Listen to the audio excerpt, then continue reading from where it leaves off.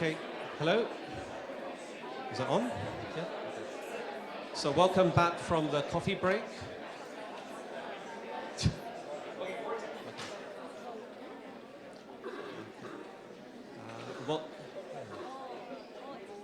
Welcome back from the coffee break.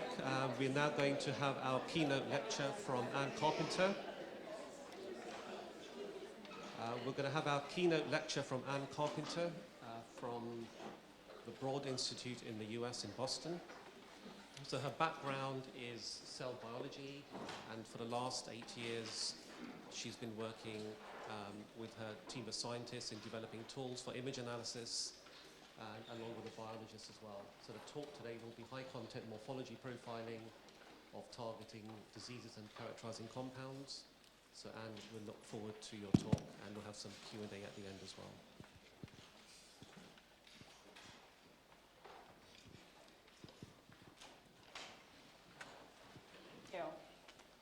How's the audio sound?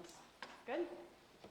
Well, it's my pleasure to be here today and tell you about the research that's going on in my laboratory at the Broad Institute, but also you'll find that you'll hear not just what's going on in my lab, but you'll hear about a lot of projects going on in the greater Boston area, around the world really, because we collaborate with so many different researchers doing so many different things. So what I like about the work we do is that you get sort of a snapshot of all kinds of interesting things going on in biology these days, so I hope you enjoy it from that perspective, focusing on high-content screening. So my lab's expertise is high-content screening, not so much stem cell biology, but I hope that in today's talk you'll see examples of research that we have done and how it might be relevant to some of the phenotypes that you may care about specifically.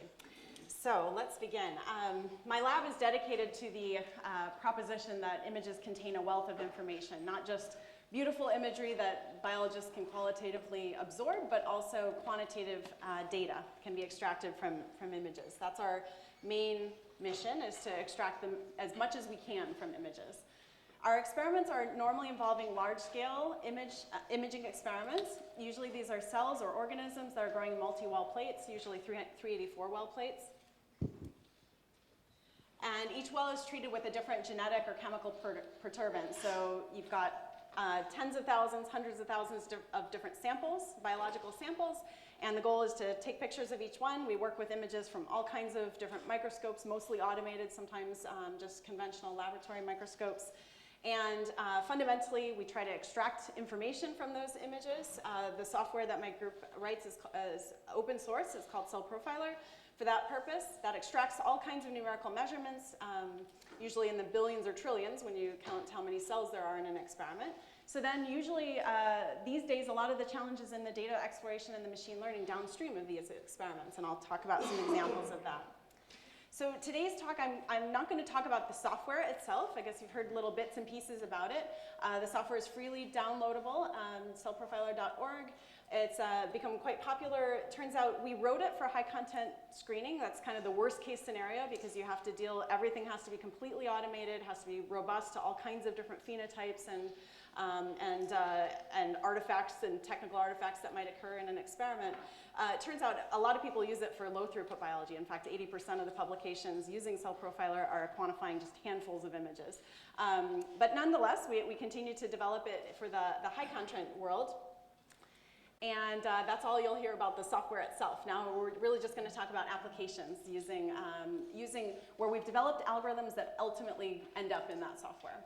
So my lab's informal model, is to measure everything and ask questions later. So in a typical image of a field of view of a lot of cells, you have thousands of features per cell, you have thousands of cells per sample, you have hundreds of thousands of samples in some cases, and so I thought it would be helpful to show you a snapshot of what the data looks like here. So if we have an image of a few hundred cells from, let's say, just 3 samples, so this is a tiny, tiny chunk of a real experiment, we have hundreds of morphological features that have been measured from the cells, and then 100 or so cells just shown here from each sample. So this gives you a sense of first of all, what any biologist knows, of course, by heart, is that cell populations are heterogeneous. But you can also still see meaningful differences between samples. And so this just gives you a sense of the type of information that is present in a single image of a population of cells. We did a literature survey last year that indicates 60 to 80% of high content studies, depending on how you define those, actually only use one or two cellular features out of the image. So you have this beautiful image with so much information present in it, and in the end, all you're doing is counting cells and scoring how many cells are green, or how much translocation has occurred, or reducing it down to a very small number of cellular features. So our goal in general has been to try to increase the content of high content screening by allowing researchers to capture more of the features and get more out of them. So through this talk, you'll see a theme emerging that as the image analysis is getting more complicated. So I'll start out with some simple examples and move to more complex examples on the image analysis side. But you'll also see how the biology that we're interrogating can go from the simple end of the spectrum to the more complex end of the spectrum as well. Ever more trying to create physiologically relevant systems, as Andrew's mentioned earlier. So let's start at the beginning. I'll just show a couple of examples where we devised algorithms to measure particular features to score a particular phenotype that a biologist cares about. The first example comes from tuberculosis. So Deb Hung is a researcher in infectious disease at the Mass General Hospital and affiliated with the Broad. And to understand the importance or the value of this experiment, it helps to know how pharma has been searching for antibiotics lately, and that over many decades, and that is generally to put bacteria into multi-well plates and try to kill them. And you get, of course, a lot of compounds that can do that, but some reviews have come out recently surveying the progress in this field and have generally come to the conclusion that we're at the end of the road for finding new structures of antibiotics that way. That basically the main mechanisms of action have already been discovered, and the more and more pharma keeps screening compounds, the more they get the same mechanisms of action back again. So Deb wanted to approach this question by creating a more physiologically relevant system. So instead of just trying to kill isolated bacteria, how about we put mammalian cells in a dish, we infect them with tuberculosis bacteria, and then we look for situations where we screen a lot of compounds and we try to find those drugs that result in an image like this.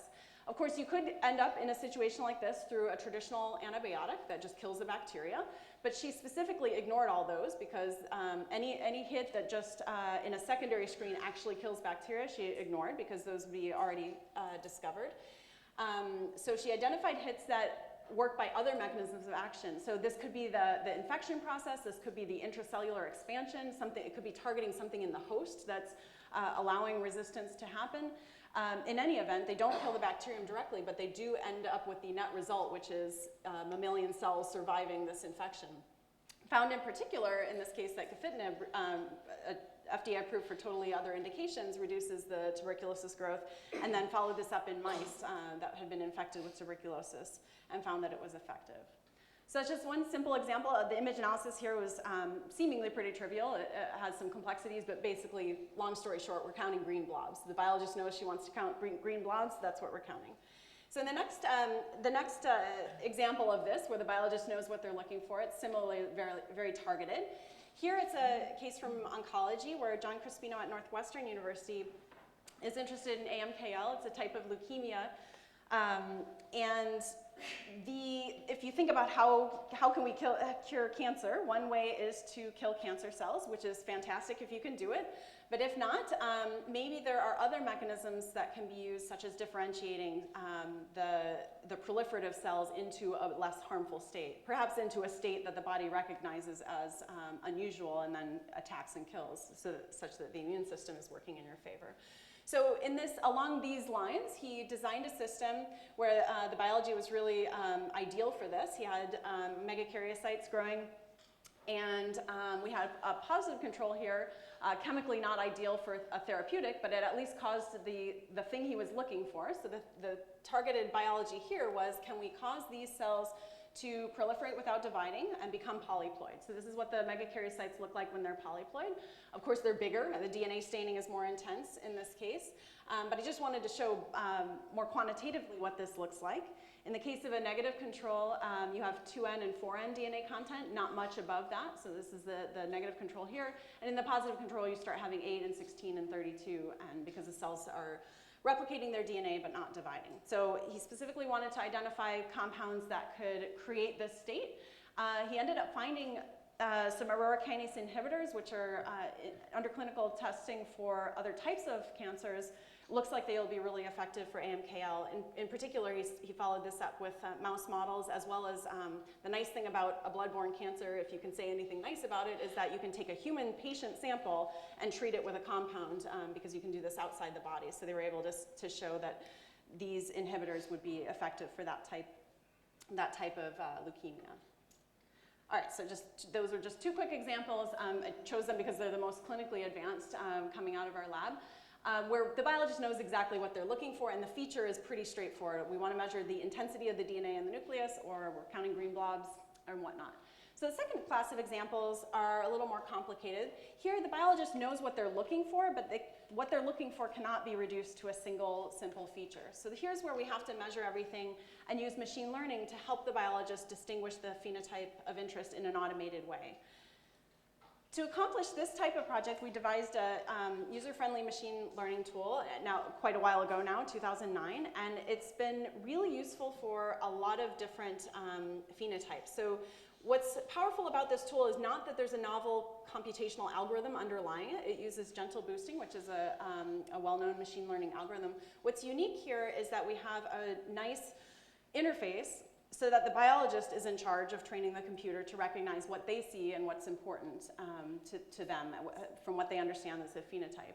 So it's a fun tool to use. It's actually really straightforward. The biologist sits down and is presented with a few hundred cells from their experiment, and they just sort them as positive and negative for the phenotype, or in multiple bins if they have multiple phenotypes. And the researcher, what's key here for the accuracy improving is that it's an iterative process. So the biologist sorts an initial 100 or so cells, and then asks the computer, show me more positive cells based on what I've shown you. And that process iterates until the accuracy is improved. We've used this basic technique in dozens of different projects. What's really nice is as long as you have decent measurements coming out of your cells, we've been able to score nearly everything that a biologist can see by eye can be scored using this type of a machine learning method, no matter how complex it may seem initially. So I'll just show a couple of examples, some of the more physiologically more complex examples that we've scored using this tool.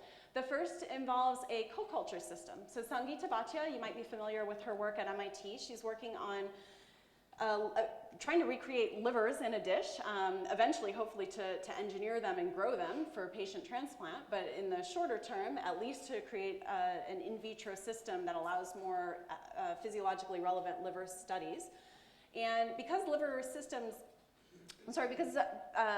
cells are really hard to come by, primary liver cells, because if you've got an intact human liver from a person who's deceased, it generally is going to go to somebody who is awaiting on a very long list for a liver donation. So the material here is in very, very short supply. So what she wanted to do first, one of the first experiments she designed was, let's do a screen and find chemicals that can cause these very precious and very rare human primary hepatocytes to proliferate in culture. So she had already discovered that if you take hepatocytes and fibroblasts and grow them together in a nice way in a co-cultured system, the hepatocytes will maintain their liver function for much longer than they will if you just grow hepatocytes in isolation. So already she could maintain their liver-like functions, but she couldn't get them to proliferate. So we did this screen together where we screened, I forget how many, a few thousand chemicals, and identified those that not just stimulate the primary human hepatocytes to proliferate, but also to differentiate and become more liver-like than had been previously achieved in culture. And so in this case, the software, the machine learning software I described was used to differentiate the primary human hepatocytes, which are these smaller, rounder guys marked with asterisks, and differentiate those from the mouse fibroblasts, which are generally, it's a combination of features. They're generally larger, they're generally more textured, they're generally more elliptical, but you have to be careful because sometimes there's out of focus fibroblasts that look an awful lot like small, smooth, round hepatocytes. So that's what the machine learning was very helpful to distinguish in accomplishing that experiment. Second example I'll give you that uses machine learning also is involving a co-culture. This is from oncology, where we worked with a really large number of laboratories in the Boston area who are all interested in devising a system to better model both leukemia and also hematopoiesis in vitro. So in this system, it uses mouse primary hematopoietic stem cells or leukemic stem cells, depending on the experiment, and they're co-cultured with stroma that allows it's sort of a more realistic environment for the cells to be growing in. So this image shows what those two cell types look like growing together. In the real experiment, it was done on live cells, and with only one channel, just in this case, the leukemic stem cells coming from a mouse that had a GFP label in it. So there's no DNA stain. These are not nuclei. This is the whole cell body that's being marked by this GFP label. And the goal here is to differentiate between the regions of the image that have a cobblestone appearance versus not. So this shows you some of the regions that are cobblestone-like. That's when the cells flatten out and they become so dim you can't see the individual distinctions between the edges, the margins of the cell, versus the rounder types of cells that are elsewhere in the image. So we use in this case, the machine learning software.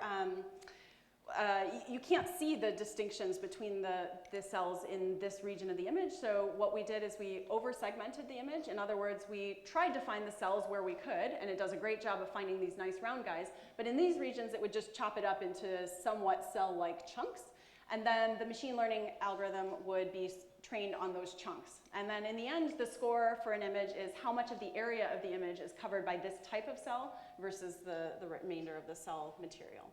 So in that experiment, we screened a small chemical library and identified drugs that preferentially reduce leukemic cell growth but leave the hematopoietic cell growth in a parallel study, leave the hematopoietic stem cells growing just fine. That's important, of course, for the therapeutic application. In particular, they found here that lovastatin, when they tested it further in follow-up assays, extends the lifespan of mice that are given leukemic bone marrow cells. So it looks like a useful mechanism here. Again, repurposing drugs. I should take a moment to say that in our environment, since we can't screen compound libraries of 500,000 or 1 million routinely just because of the expense, but we have gotten an awful long way just using repurposed drug libraries. So smallish libraries that have a lot of already existing drugs.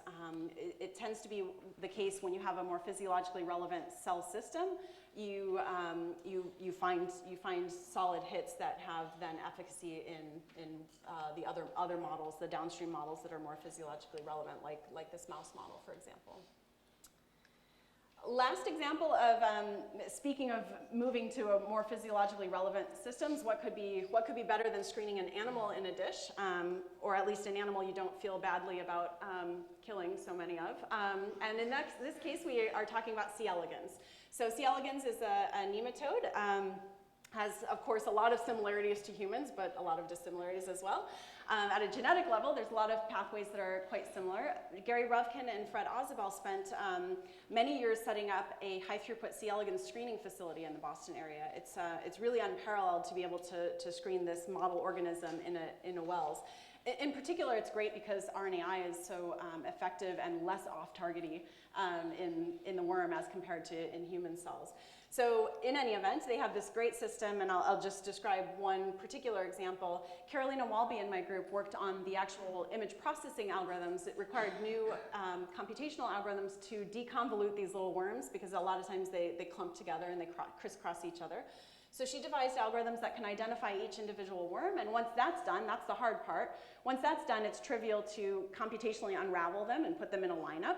That allows you to see the phenotype, but of course also to quantify the phenotype. So the wild type case is here in the middle, and the lean worms in this case are shown at the top. They have much less staining of this fat staining that we're looking at the heads and tails, whereas a fat mutant has the staining more at the heads and tails.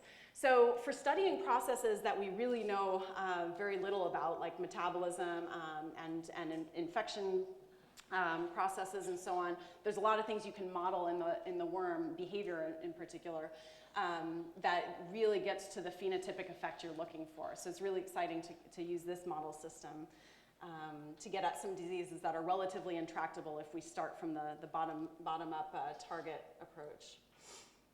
So they have all kinds of different screens going on, but many of them involving metabolism and infection, which are interests of the Ruvkin lab and the Ozabal lab. All right, so we've, and you can use machine learning at the end to sort worms according to whatever it is you're looking for. So those are all examples. every example I've talked about so far, the biologist knows what they're looking for. And they may need machine learning to help the computer find what they're looking for, but they really know visually what it is they're looking for. This last set of experiments I'll describe is a personal scientific interest of mine, is pursuing images as a source of unbiased data about how the cells are doing or how the organisms are doing. So we call this profiling. You might be familiar with profiling because you can, there's a number of different technologies these days that allow profiling. Basically, a profile is a set of measurements, a set of relatively unbiased measurements from a sample. So gene expression profiling would be one example.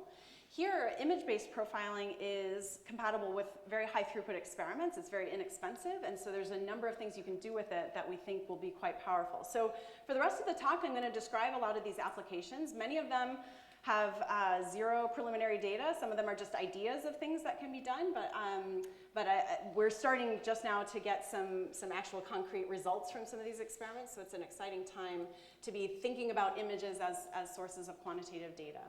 So in this type of profiling experiment, the goal is to characterize samples even if we don't know particularly what phenotypes to look for. So this will become more concrete as I show different examples, but basically I want to make a distinction between what we have described up till now. Screening is where your goal is to find a few hits for a particular known phenotype of interest, whereas profiling is looking for patterns across samples.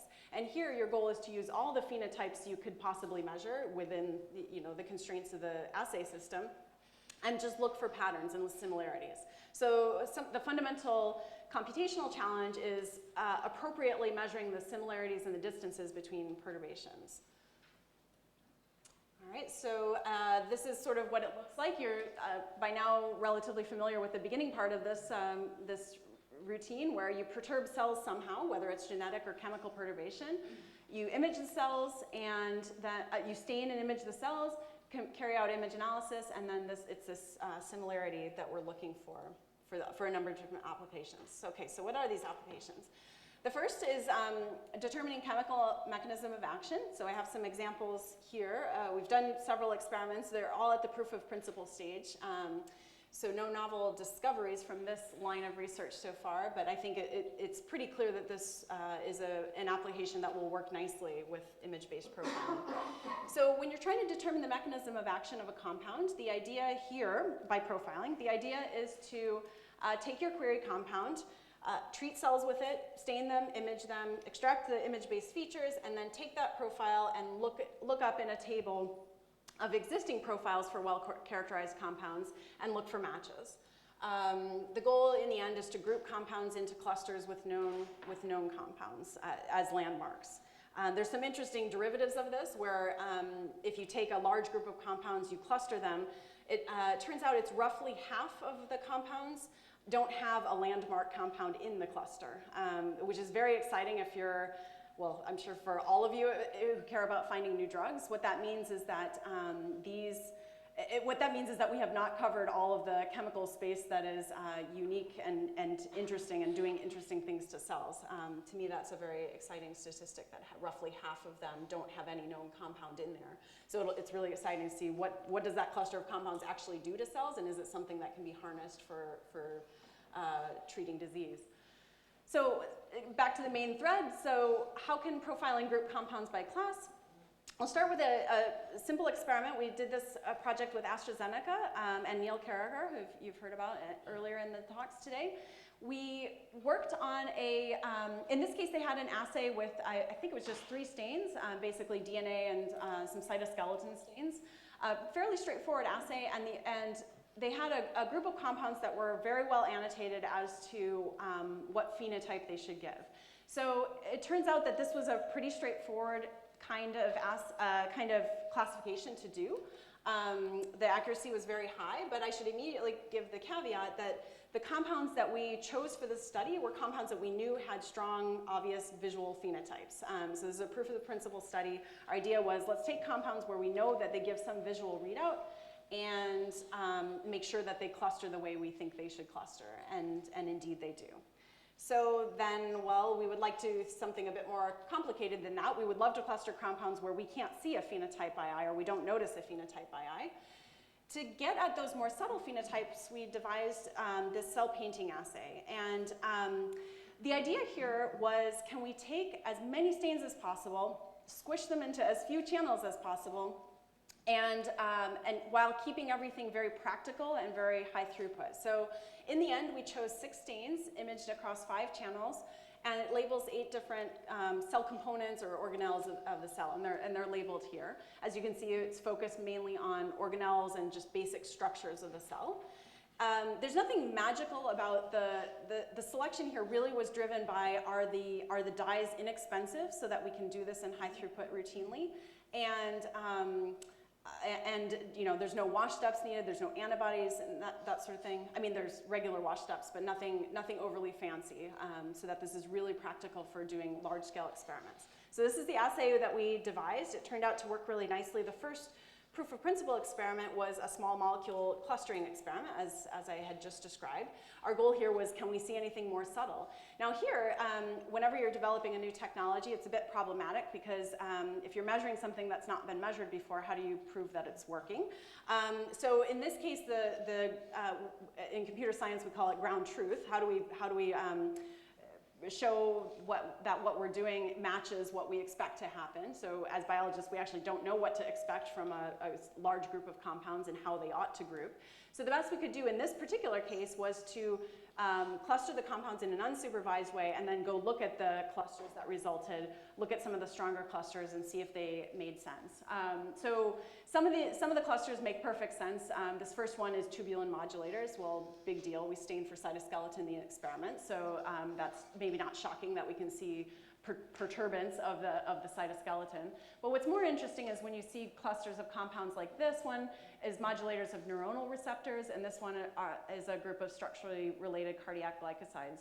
So these are more classes where we don't necessarily expect to see them given the stains that we have in the original assay. All right, so that was just that is really just an inkling that this should be working, and other labs have published these kinds of compound clustering experiments that make it look like a feasible approach. So the next application is called lead hopping, but I think I'll skip this one. Basically, the idea, we don't have any data on this one yet. Others at the Broad are pursuing this experiment using some large data sets that we've made already. The idea here is you just take a chemical that has a really useful phenotypic impact on the cells, but the structure is really terrible for some reason. Can you take that phenotypic fingerprint and go look up in your chemical library to find some other structure that gives you the same phenotypic fingerprint, but is a better structure in terms of pharmacodynamics and so on? So that's lead hopping, and we don't have any data there yet. But we do have solid data on using profiling to enrich chemical libraries. So I'll talk about this example next. Here, the idea is to take a large group of compounds. So in pharma, ideally, this would be 1 million compounds. You would run them through just 1 or 2 assays. So you would run them through the imaging assay that I described, the cell painting assay. And in this case, we actually had the luxury of running it also through a high-throughput gene expression assay called L1000. That's where we measure 1,000 different mRNA levels in each well of the multi-well plate. So we have this beautiful data set now, which is open and available to the public, of all these profiled features, including both imaging and gene expression side by side. So our thought in doing profiling was, let's use profiling to enrich libraries. So a lot of the chemicals in this library they're either not going to get into cells, or they might get into cells and just do nothing. So let's first eliminate compounds that have no detectable phenotypic response. They do absolutely nothing to any of the gene expression or any of the imaging features. Doesn't mean they don't do anything ever, but it certainly means the group that does do something is enriched for compounds that are going to have a phenotypic effect. But we don't want to just do that, because maybe half the compounds are just absurdly toxic and they all kill cells in the exact same way. We don't want to enrich for those. So then the second step is to prioritize the leftovers based on their profile diversity. So out of all the compounds that do something to cells, Can we cluster them in an unsupervised way and choose examples across the phenotypic space as diverse from each other as possible? This ultimately would hopefully yield a smaller library that's enriched for diverse bioactivities. It's really important for a nonprofit academic environment like ours to have a smaller, more enriched library, because many of the assay systems we have, first of all, we just can't afford to screen generally more than 10 or 20,000 compounds. But secondly, we're using assay systems that are phenotypically complex. They might use primary cells. They might have reagents that are quite limiting. And so if we can maximize what we get out of smaller screens, this is really going to be helpful for a lot of experiments we do. So L1000 is quite a bit more expensive. So we only had 20,000 compounds that were profiled in both, and so I'll just describe the results based on that subset of the experiment. So the first question is, how many of the compounds do something to cells? And it turned out, in my mind, to be a quite surprisingly high percentage. So out of all the compounds in this library of 20,000, 27% of them yielded some detectable phenotype by gene expression, and 55% gave some detectable phenotype using the cell painting assay. To my mind, this was quite a bit more than I expected to see out of a single assay, especially the imaging assay. The vast majority of bioactives yielded phenotype. So just think about it. We picked one cell type at one time point under one set of culture conditions with just 6 stains, and the vast majority of compounds do something to cells under those conditions. That was quite high to me. In fact, it almost eliminates the first step of that pipeline, which is eliminate things that have no phenotype, because it turns out there's only 30% of the compounds had no detectable phenotype after going through this pipeline. So you could be skeptical at this point and say, well, that's just statistics. Maybe you picked your threshold badly, and it's actually not that impressive or not that sensitive. So then the real question is, okay, if you do agree that those are the filters we should use, then what's the next step to do with it? The next step is enriching libraries. So how this is assessed is a little bit complicated. If you want to just take performance diversity as it is, it's performance diversity on the y-axis there. If you want to know where that comes from, what we're doing here is, let me start by saying, if you have a large compound library and you choose 1/3 of the compounds at random, you should generally come back with roughly 1/3 of the hits. And by 1/3 of the hits, I mean those compounds should hit in hundreds of assays that have been done at the Broad over the past couple of decades. So our performance diversity metric here is measured by the ability of that subset of chemicals to capture the distinct hit classes that have been observed across hundreds of different high-throughput assays done at the Broad across, they're all cell-based, if I recall correctly, but they're quite diverse across the biology that they're studying. So random selection of 1/3 of compounds, you get 1/3 of the hits. It turns out if you choose a compound library based on diverse chemical structure, which seems like a good idea, well, it doesn't hurt, but it doesn't help either. It's just as good as random. But if you choose the 1/3 of the compounds, if you choose them based on having diverse imaging-based profiles or diverse gene expression profiles, you now see statistically significant enrichment with either profiling modality. But imaging in particular is very good. So if you chose you can get the same number of hits back with a much smaller library if you choose them based on having this profile diversity. So this is very exciting to us to see the possibility of this technology. This would be a single assay, either imaging or gene expression, 1 or 2 assays that you would run over an entire compound set, and it would allow you to really trim down. And this, I should say, this was just a very basic computational analysis. We kind of did the obvious analysis to come up with these results, presumably with more complex and sophisticated approaches, this enrichment could be improved quite a bit. So we're really excited about that line of research. So last 2 examples I'll give for applications of profiling involve genetic perturbations. So the first is where we are using profiling to characterize targets and alleles. So in this application, the idea is to take a query gene or an allele and either knock it down or overexpress it, and then again stain cells and image them and extract their features. Except, whoops, don't use knockdown, because you just shouldn't. And if you want to know why, you should read that paper. But I'll not go into the details, but I really want to emphasize that this paper does not say that RNAi is bad for everything. It says RNAi in current situation is not good for multiplex profile matching, which is a very different thing than RNAi is bad for everything because of off targets. But it turns out the seed effects were really dominant when you're trying to match profiles across a number of rich image-based features. Okay, so that was a year of our lives that we'll never get back, but we switched to overexpression of genes to accomplish the same kind of goal. So in this kind of an experiment, the idea is to express all these genes, overexpress them, maybe they're alleles of a particular gene, and then try to match them up based on profile similarity. Why would you want to do this? The goal is ultimately to annotate each gene or allele with potential functional information. So this gene matches this other gene in the same pathway, or this allele matches the wild type allele, or this allele doesn't match the wild type allele, and so on, in order to classify alleles as gain of function and loss of function.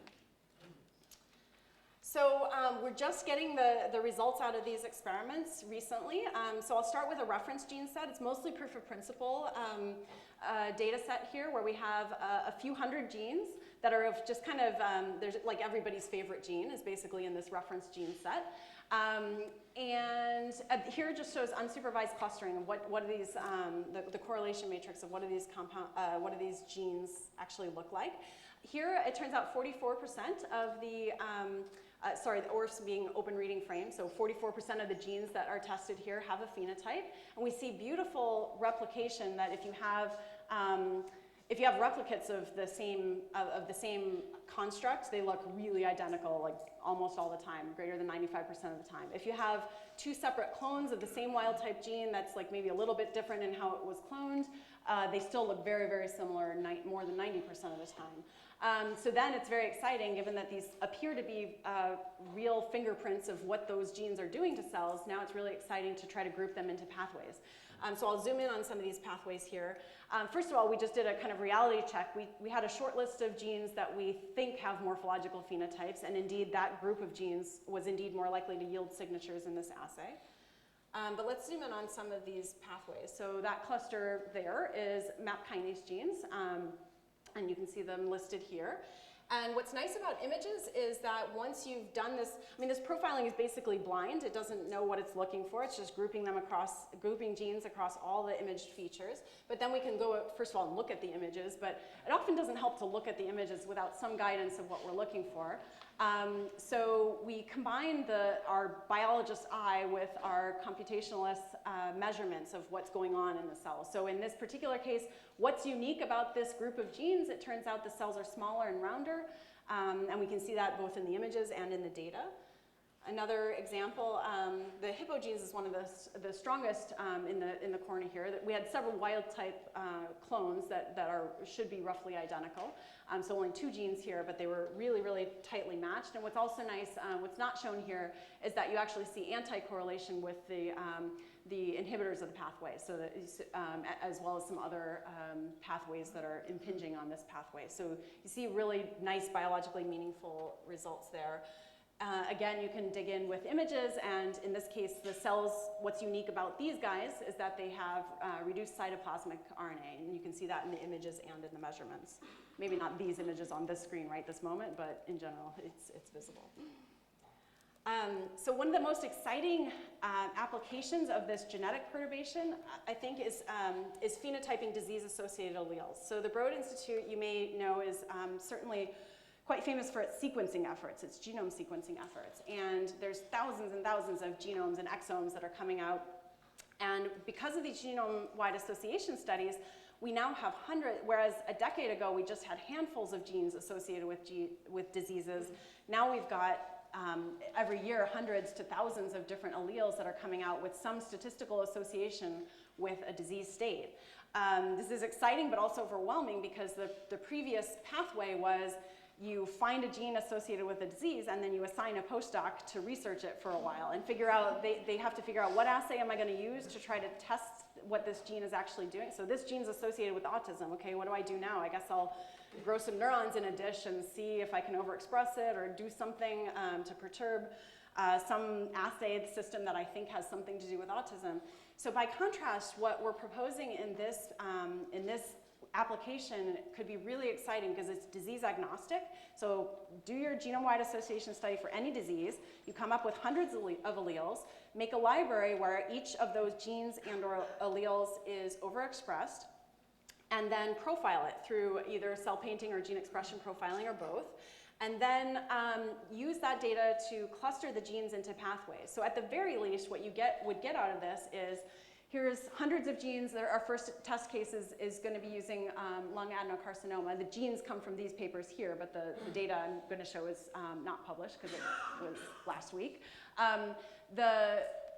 What you get at the very least is, okay, well, it's not 400 different genes. It's actually maybe 8 different pathways that are roughly disrupted, which greatly improves the ability for researchers to follow up on it, because now you can at least assign 8 postdocs, one to each of these different pathways, and have some sense that you're covering mechanisms in a decent way, and you can avoid being too redundant about it.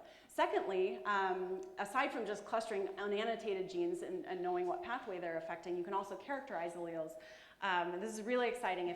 Out of this experiment, for example, I think you get hundreds of different alleles. Some of them are very concentrated in one or 2 or 3 particular genes. And in those cases, can we take, do we know which of those are impactful? Which of those genes cause the protein to lose function? Which cause them to gain or change function, depending on whether it's tumor suppressor or an oncogene? So that's pretty exciting. So I'll just show one little snippet of data that we have just recently from this. These are genes associated with lung adenocarcinoma that have been overexpressed, as I described. We have several hundred genes and or alleles clustered in this matrix. It turns out most of them have a phenotype, maybe not shocking because we know they've all been annotated as cancer related based on human phenotypic data.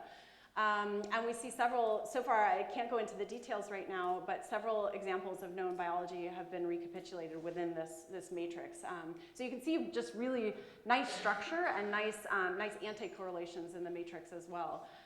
That looks like, so some group of these are the oncogenes and some group are the tumor suppressors. And we're just seeing really nice recapitulation of some of the things we expected to see.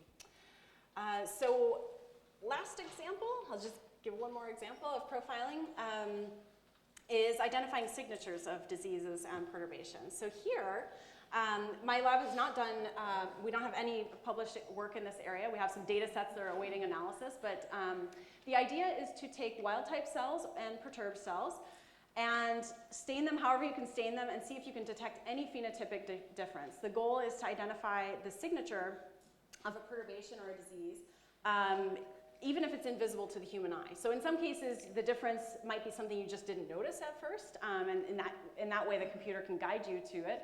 In other cases, it just may not be visible. But even if it isn't visible, it can still be used as a screen for chemicals that can revert the mutant phenotype back to the wild type. So again, if we start with human disease-associated alleles here, we're going straight to the phenotype we care about. So this mutation in this gene causes the cells to do something. Who knows what it is? Who knows what the mechanism is? But if we can find chemicals that revert that phenotype in vitro, it's really exciting to think that that could be a therapeutic for the drug. So again, my lab does not have any examples here. There's one that I know of from the literature is from University of Utah.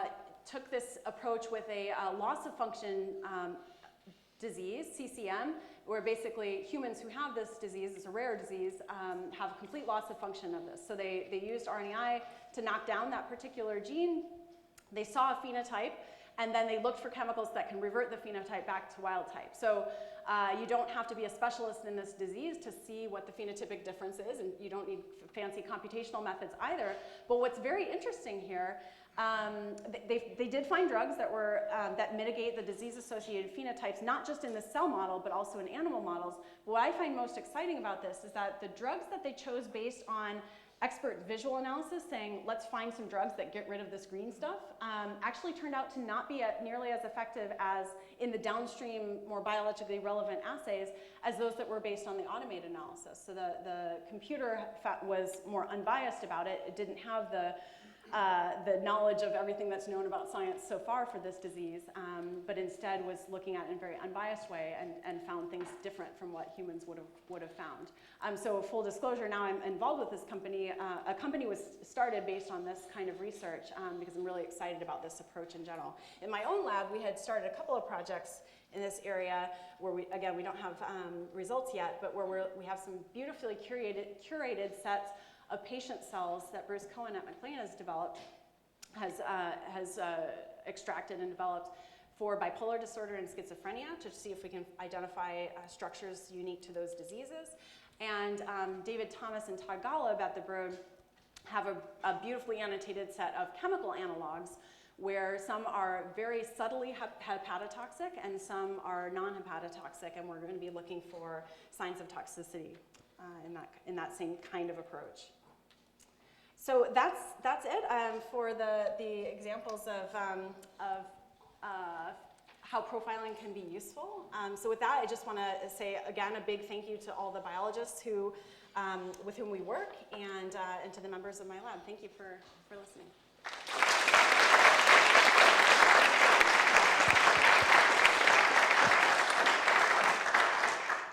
I'm happy to answer questions. Throw it out to the audience.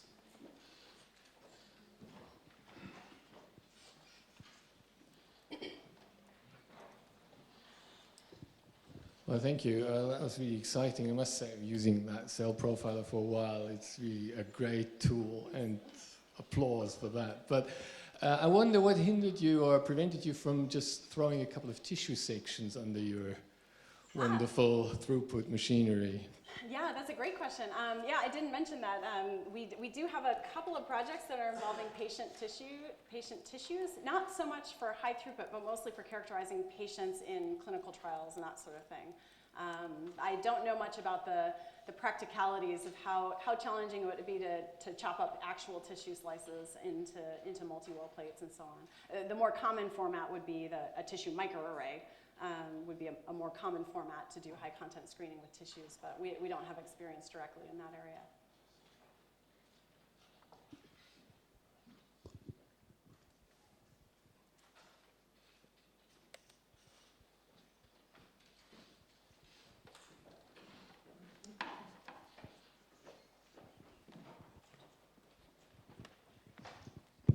Thank you. So fantastic talk. I had two questions which I haven't finished formulating, but I'm going to go for it anyway. So, I was interested in the lead hopping, and it got me going into phenohopping. What I mean is, in what you presented in the last part, in the profiling, the idea is to collect information from a different number, let's say a sufficient number of cell biological reporters, okay? So say actin and cadherin and so on and so forth. How do you know those are optimal, and can you exploit the subtleties and the variability in the phenotypic information to instead refine both to understand better possible toxic effects of drugs, or to understand if you're really using the best phenotypic reporters, or you can get better ones here? We have not explored at all. That's a great question. We have not explored at all whether these sets, we know these sets of stains couldn't possibly be optimal because it's the first set we chose. We chose them based on reasonable rationale, but we certainly have no idea whether they're the most orthogonal. By contrast, the gene expression profiling, where we're measuring 1,000 genes, those 1,000 genes were chosen out of the whole genome to be the most information rich. They were chosen to be the most orthogonal, but we don't have a similar type of assay for imaging. So I think it makes perfect sense to do a cell painting version 2.0 and 3.0 and 4.0 with multiple other different stains to see what could be most effective. We haven't even done the basic analysis really of the 6 stains that we chose. Which of them is there any pair that's like really so redundant that we should try to swap it out or anything like that? We haven't even done that sort of analysis. I've got a question actually. If you take the same chemical set and do the cell painting technique and create a profile with different cells of different types, how much similarity is there between So the question. match, So this all gets to the question. He's asking whether how much information content is there if you do an assay a cell painting assay, but then do it in a different cell type. How much more information do you get? And I don't know the answer to that question because we haven't done the experiment. I think it's an empirical question, so that's probably the only way to know. I don't think we could ask much more. So as you saw with the sensitivity, we were, depending on whether it was a chemical or a genetic perturbation, we're running anywhere from 30% to 80% of the samples giving a phenotype. So it's not like we're, you know, if it were 5 or 10%, then I would say, boy, we should add more cell types and more stains and more time points and more other things.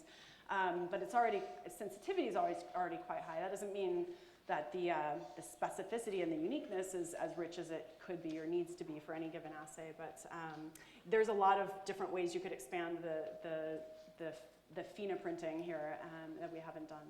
I suppose my question was really, is there a sort of generic perturbogen signature in chemistry that would apply to all cell types? So I can't say, I can answer a little bit. So you'd be much better, you should pose the question to my gene expression profiling colleagues because they have a much longer and richer data source in that department. So the folks that have been working on the connectivity map have not just L1000 data, but gene expression, gene chip data from the past 5 or 10 years, I don't know how long.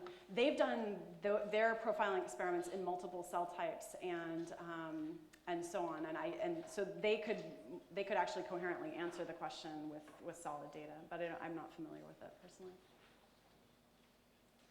I have a question on, so from your perspective, we've seen a lot of popping up of software, both free, licensed, or commercial, that tackle image segmentation, metadata analysis. So I just want to have a sense from your perspective whether there is a convergence in the future of all these platforms, or whether things will diverge even further. No, this is a really great. We're all lucky. We're in a really good field in terms of the